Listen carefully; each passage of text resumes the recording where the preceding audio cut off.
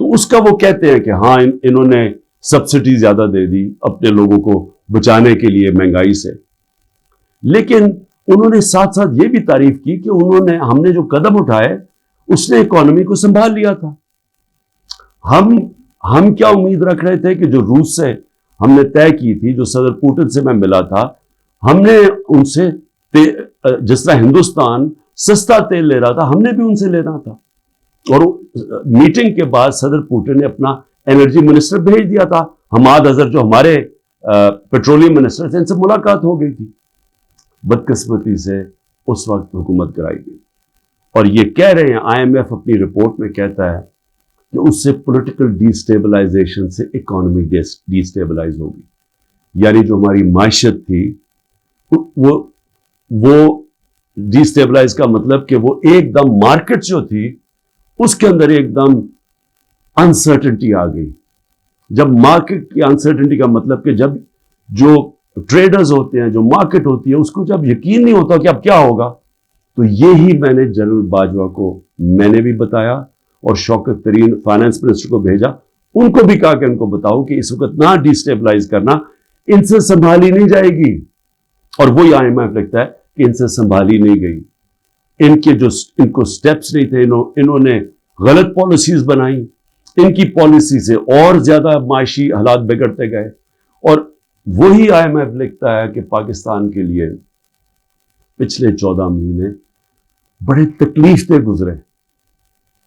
تو یہ تو میں کہہ رہا تھا تب سے، اور یہ میں بڑی دیر سے لگا ہوا تھا کہنے کہ یہ جو بھی یہ رجیم چینج کیا، جو سازش کی گئی، اس کی قیمت پاکستانی قوم نے اٹھائی، تکلیف تو اب لوگوں کو ہو رہی ہے۔ جب ہمیں انہوں نے ہٹایا تھا تو مہنگائی 12.4% تھی، جس کے اوپر شور مچ گیا، مہنگائی مارچ ہو گئی، ہر قسم کا میڈیا کے اوپر شور، پبلک میں وہ میڈیا والے جو باقاعدہ عوام میں نکلتے تھے جی چیزیں بڑی مہنگی ہو گئی، دنیا میں چیزیں مہنگی ہو گئی تھی، انٹرنیشنل کموڈٹی سپر سائیکل تھا، دنیا میں انرجی کی قیمتیں اوپر چلے گئی، مہنگائی دنیا میں آ گئی۔ 1970 کے بعد دنیا میں سب سے زیادہ مہنگائی آئی کرونا کی وجہ سے، اس کے باوجود 12.4% پہ ہماری مہنگائی تھی، اور پچھلے مہینے 38% پہ پہنچ گئی تھی مہنگائی، اب تھوڑی کم ہوئی ہے۔ اور مہنگائی کم ہونی چاہیے اس لیے کہ دنیا میں تیل کی قیمت اور انرجی کی قیمت نیچے آ گئی ہے، کموڈٹیز دنیا کے اندر 35% ان کی قیمت نیچے آ چکی ہے جب ہماری حکومت تھی۔ تو سوال اب یہ ہے کہ کیا کوئی ایسی انکوائری ہوگی اس ملک میں کہ یہ سائفر کا جو ایک سائفر کے ارد گرد جو سازش تھی، پتہ تو چلے، مجھے تو پتہ ہے کون اس میں تھے، لیکن انڈیپینڈنٹ انکوائری ہونی چاہیے، اور اس انکوائری میں پتہ چلے کہ کون کون کردار تھے جنہوں نے اس قوم کے اوپر اتنا بڑا عذاب لے کے آئے ہیں، اور اب مزید آگے اس عذاب سے نکلنے کے لیے اور کتنی تکلیف اٹھانی پڑے گی اس قوم کو۔ اور اس کے لیے میں پھر سے کوشش تو کرتا ہوں کہ ہمارے چیف جسٹس صاحب کو اس کے اوپر سوچنا چاہیے کہ وہ ہی ایک انکوائری کر سکتے ہیں، کیونکہ یہ حکومت تو کرنے نہیں دے گی، اور نہ ہی مجھے افسوس سے کہنا پڑتا کہ ہماری اسٹیبلشمنٹ یہ کرنے دے گی، کیونکہ اس کے اندر ملوث ہیں جو جنرل باجوہ، اور انہوں نے جس طرح یہ پوری 6 مہینے پہلے سے جو پلان بن رہا تھا گرانے کا، اب تو خیر خواجہ آصف کہہ رہے ہیں کہ 2021 سے ہی پلان بنایا ہوا تھا جنرل باجوہ نے ہماری حکومت گرانے کا، تو لیکن اب ذرا ان سے بھی سوال پوچھنا چاہیے کہ آپ نے ہمیں جب گرا کے ان کو لے کے آئے جن لوگوں کو، تو کیا آپ کو اعتماد تھا کہ یہ اس ملک کو اٹھا لیں گے؟ 30 سال سے جو حکومت کر رہے تھے، اور ان کے دور میں کوئی مجھے سنہری دور بتا دے کہ جب انہوں نے کوئی معیشت میں بڑی ترقی کروائی ہو، کوئی مجھے پتہ چل جائے کہ انہوں نے کون سا وہ کیا 99 میں جب چھوڑ کے گئے تھے نون لیگ، تو ذرا بتائیں کہ کیا وہ معیشت کے حالات آپ کو پتہ تھے؟ یہ ساکھدار تھے، وہ بینکرپٹ کر کے چھوڑ کے گئے تھے، اور پھر اب یہ آئی ایم ایف کہہ رہا ہے کہ جو 2018 میں یہ چھوڑ کے گئے تھے پاکستان، وہ خود کہہ رہے ہیں کہ وہ تحریک انصاف نے بڑے زبردست مشکل فیصلے کر کے ملک کو اس سے نکالا، تو کیا کوئی ذمہ داری اٹھائے گا اس کی؟ کہ جب اتنی بڑی طاقت ہو جاتی ہے کسی کے پاس تو کیا اس کو پھر ذمہ داری نہیں لینی چاہیے جبکہ وہ طاقت کا غلط استعمال کرتا ہے؟ اور یہی انکوائری میں چیزیں آنی چاہیے. کیوں؟ کہ آگے سے ایسی غلطیاں نہ ہوں کہ آگے سے کوئی ایک آدمی خود ہی فیصلہ بند کمرے میں فیصلے کر کے ملک کو اس طرح مشکلات میں نہ ڈالے. اب میں جو دوسری چیز کہنا چاہتا تھا وہ یہ کہ اس وقت ایک ظلم کی انتہا، ایک ظلم کا ایسا نظام چل رہا ہے جس کی میں سمجھتا ہوں انتہا ہے. سب سے پہلے تو میں جو خواتین اس وقت جیلوں میں ہیں، میں سوال پوچھنا چاہتا ہوں کہ انہوں نے کون سا جرم کیا؟ کیا پاکستان کا آئین پرامن احتجاج کی اجازت نہیں دیتا؟ کہیں آئین میں لکھا ہوا ہے کوئی نو گو ایریاز ہے؟ کہیں پاکستان کے آئین میں لکھا ہوا ہے کہ اگر کسی سے کوئی سمجھے کہ ناانصافی ہوئی ہے ان سے تو کیا وہ کوئی ایسی ایریاز ہے جدھر وہ احتجاج نہیں کر سکتے؟ جب سپریم کورٹ کہتا ہے کہ پارٹی کے چیئرمین عمران خان کو غیر آئینی اور غیر قانونی طور پہ اغوا کیا گیا اسلام آباد ہائی کورٹ سے، اور جس طرح اس کو مجرموں کی طرح ڈنڈے مار کے لوگوں کو، اس کے بھی اور لوگوں کو، وکیلوں کو، جس طرح اس کو پکڑ کے لے کے گیا تاکہ ساری دنیا دیکھے کہ کس طرح ایک پارٹی کے سربراہ کو کس طرح کا یعنی اس کے ساتھ رویہ تھا، تو کیا اس کا اجازت نہیں تھی کہ پرامن احتجاج اس ناانصافی کے اوپر کرے؟ اور جب رینجرز اٹھا کے لے کے گئے تو کدھر احتجاج کرنا تھا؟ وہی نا کنٹونمنٹس میں کرنا تھا، جی ایچ کیو کے سامنے کرنا تھا، اور کدھر جا کے کرتے؟ تو میں سوال یہ پوچھتا ہوں اس میں جرم کیا تھا؟ جرم جو تھا جو جلائے ہیں، جرم تھا کور کمانڈر کے گھر کو آگ لگانا، یہ جرم تھا. جرم وہ تھا جو عسکری ٹاور جلائے گئے ہیں اور جدھر جدھر بھی جلائے گئے ہیں وہ جرم تھا. اب میرا سوال یہ ہے کہ کیا اس جرم میں 10,000 لوگ شریک تھے؟ کیا 50-60 لوگ ہوں گے جنہوں نے جا کے جلایا؟ میرا اگلا سوال یہ ہے کہ یہاں سی سی ٹی وی کیمراز ہیں، کیوں نہیں سی سی ٹی وی کیمراز کی فوٹیج سامنے آئی کہ وہ کون لوگ تھے جو پہلے گئے ہیں، کن لوگوں نے آگ لگائی؟ کیا اتنا مشکل ہے اس کو ڈھونڈنا؟ یا سیف سٹی کے کیمراز ہیں، کیا سیف سٹی کے کیمراز نہیں بتا سکتے ہمیں کہ وہ کون لوگ تھے؟ کیونکہ ہم سب چاہتے ہیں کہ ان کو سزا ملے، لیکن اس کی آڑ لے کے یہ کرنا کہ پوری پارٹی کے پیچھے پڑ جانا، جدھر پارٹی کے لوگ ہیں ان کے اوپر، ان کے گھروں میں گھس جانا، نہ ان کی عورتوں کو دیکھنا، نہ بچوں کو دیکھنا، نہ رشتہ داروں کو دیکھنا، جو آئے تو اسے پکڑ کے جیلوں میں ڈال دیں. پولیس کو فری ہینڈ دے دیا ہے کہ اچھا جی آپ کی وہ جیو فینسنگ میں آپ کا آ گیا ادھر تو چلو جی آپ کو پکڑ کے ہم جیل میں ڈال رہے ہیں، لیکن اگر آپ پیسے دے دیں گے اتنے تو ہم آپ کو جیل میں نہیں ڈالیں گے. ریٹس لگی ہوئی ہیں، 15 لاکھ سے شروع ہوتے ہیں، کسی کو 10 لاکھ میں بلیک میل کیا جاتا ہے، کسی کو 5 لاکھ میں. اپنے ملک کی ہم پولیس کی تباہی کر رہے ہیں یہ حرکتیں کروا کے. کوئی انڈیپینڈنٹ انویسٹیگیشن ہوگی اس کے اوپر؟ کیا عسکری ٹاورز کے اندر نہیں ہم بتا سکتے؟ ایک انڈیپینڈنٹ صحافی کی پوری سٹیٹمنٹ آئی ہوئی ہے کہ وہاں کیا ہوا، اس میں پی ٹی آئی والے نہیں تھے عسکری ٹاور. ایک پتہ چلے کہ ریڈیو پاکستان پشاور کس نے جلایا تھا، اس کے اوپر کوئی انویسٹیگیشن ہونی چاہیے. کیوں نہیں ہوئی ابھی تک؟ میرا سوال یہ ہے کہ کیوں نہیں ابھی تک آئی جی پنجاب اس سے کیوں نہیں پوچھا گیا کہ کیوں پولیس وہاں نہیں پہنچائی کور کمانڈر ہاؤس؟ کیوں اس سے نہیں پوچھا جا رہا؟ جب یہ ہوا تھا امریکہ کے اندر کیپٹل ہل، ان کی پارلیمنٹ کے اوپر جب ڈونلڈ ٹرمپ کے لوگوں نے ہلا بولا تھا تو سب سے پہلے پولیس چیف کی خبر لی گئی تھی.